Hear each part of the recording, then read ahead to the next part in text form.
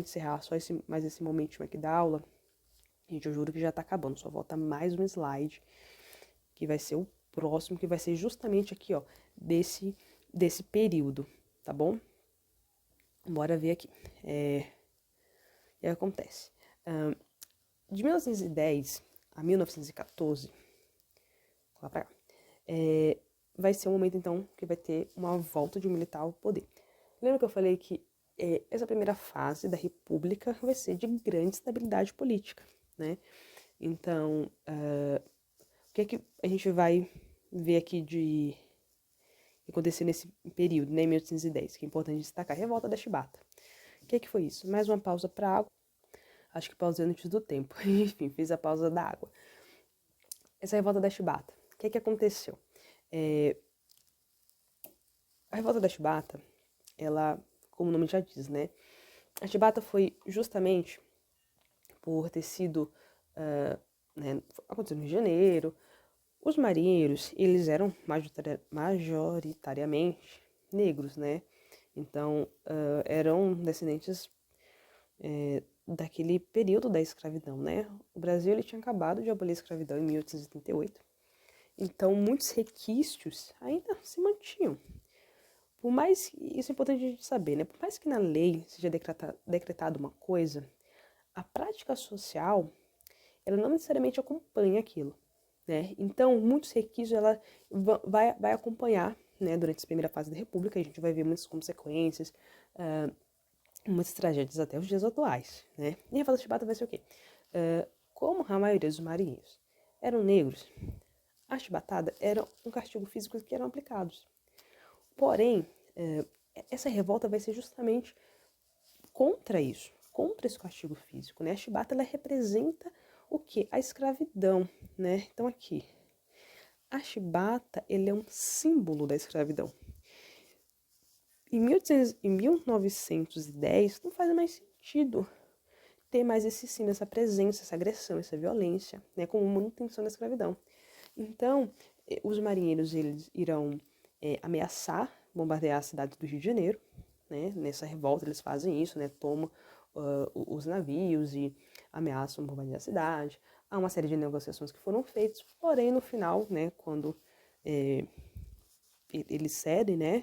Essa parte, né, eles acabam a ameaça, porém, consequentemente, do lado do governo não vai haver um cumprimento das negociações que foram feitas por isso, né? Então, vai ser mostrado de forma extremamente agressiva e violenta, a repressão que se teve contra os líderes, enfim.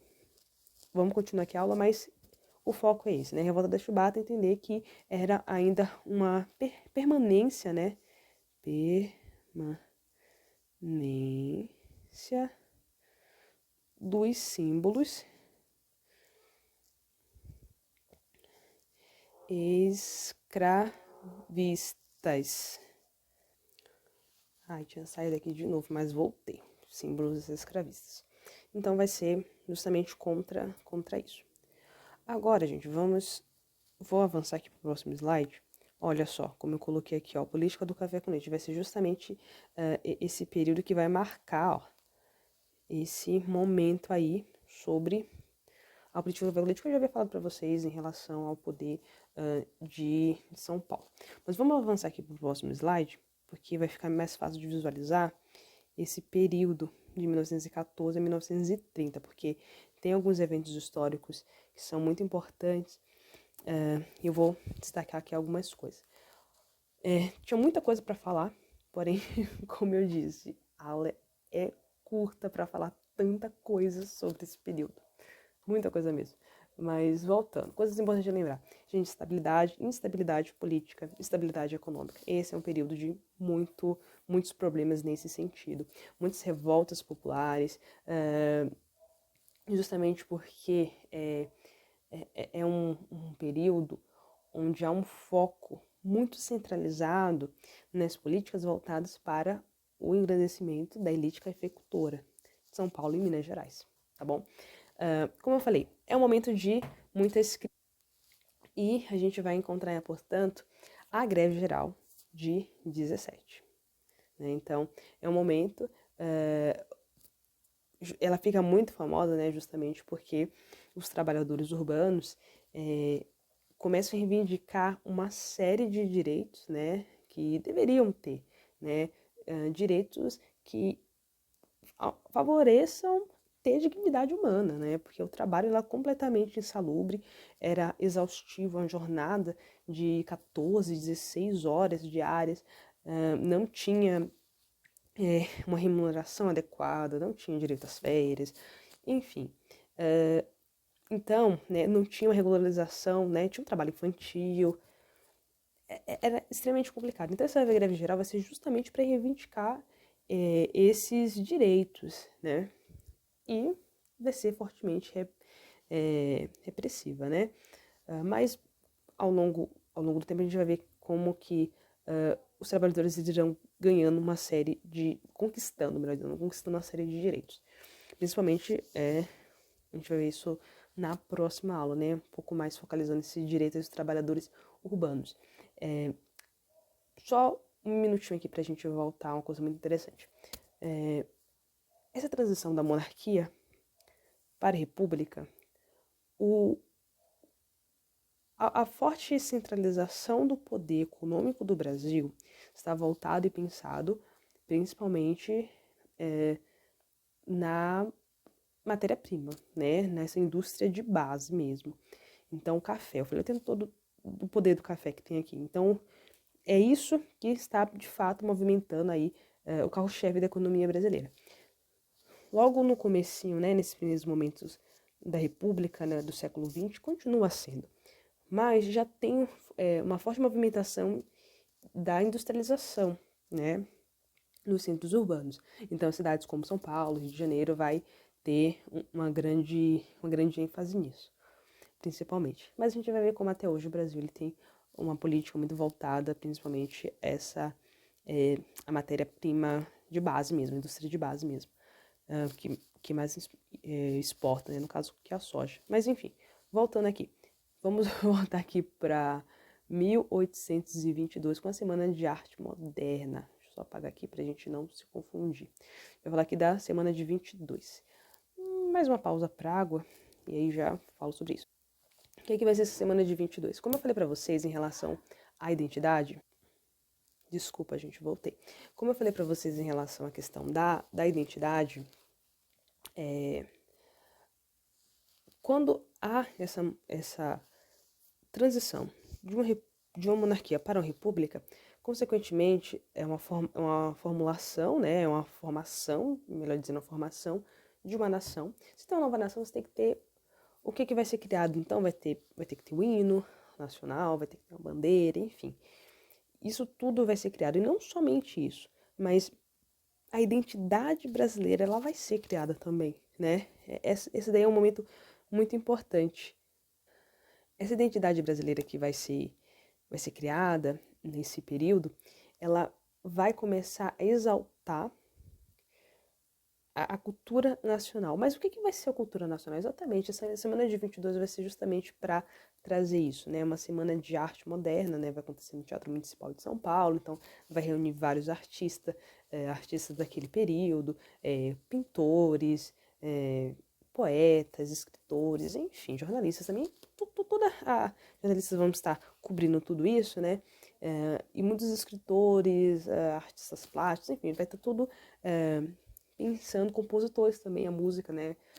Vamos estar pensando em divulgar, em criar, melhor dizendo, essa imagem, essa ideia do Brasil. Então, vai ser inspirado na modernidade, né? Em vários assuntos assim, mas voltado para o Brasil.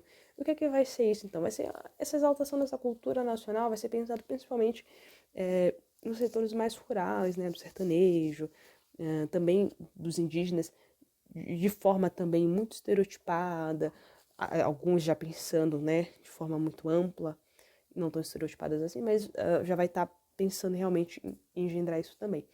Então isso vai ser um importante fator. Agora, vamos encerrar esse momento aqui da nossa aula, que já me estendi demais, né? Mas vamos falar aqui da queda da Bolsa de Nova York, que vai ser algo que vai impactar diretamente o Brasil. Faltam muitas coisas a serem tratadas, mas na outra aula também eu retomo muitos conteúdos quando a gente for ver o próximo momento aí da República.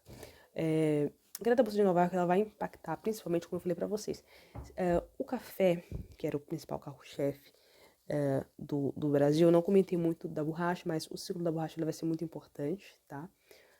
Mas o café é o que tem essa maior ênfase.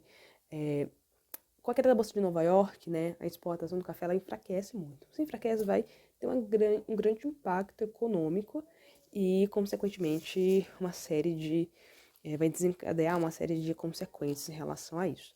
Então, o Brasil que já vem encarando uma série de instabilidades políticas, econômicas, movimentações, né, revoltas populares, enfim. Consequentemente, vai estar num momento muito, muito difícil, né, com essa queda da bolsa. Então, vai ser também um momento de muita repreensão dos movimentos sociais, e com a queda da bolsa também, né, vai desencadear uma série dessas consequências. Mas a gente também vai ver, em 1930, o que vai levar Vargas ao poder. Já estava tendo toda uma movimentação para retirada dessa oligarquia do café, né? Dessa relação de São Paulo e Minas Gerais. Então, São Paulo elegia um presidente, logo em seguida Minas Gerais. Depois Minas Gerais vinha São Paulo. E assim mantinha essa oligarquia no poder, né? Essa política do café com leite. Já muitos insatisfeitos em relação a isso, então os militares de novo vão aparecer aqui. Vai haver então uma derrubada do poder, né, de Washington Luiz, que foi o último dessa fase aí, e vai colocar então Getúlio Vargas, que ele vai ser um candidato lá do Rio Grande do Sul, vai ser colocado no poder. Ele tinha como vice João Pessoa, né, mas inclusive o assassinato de João Pessoa vai ser o estopim para isso. As fontes históricas, o que a gente tem, então, é que houve principalmente uma relação ali que estava envolvida as políticas regionais, mas enfim, consequentemente tem aí essa derrubada, isso vai ser um estopim, né, para colocar Vargas no poder. Mas então, o que vou destacar aqui? Mais uma vez, o Brasil, a gente vai ver uma nova fase, um novo momento da história do Brasil vai começar então com um golpe militar. E isso vai ser o assunto para a nossa próxima aula. A gente vai começar a tratar dessa outra fase da história do Brasil. Mas enfim, fico por aqui por hoje. Muito obrigada por assistirem essa aula. Vou dividir em duas porque vai ficar muito extensa. Mas enfim, muito obrigada. Espero que vocês tenham gostado, que tenham aprendido. Qualquer dúvida, podem me procurar. Combinado? Beijo. Até a próxima.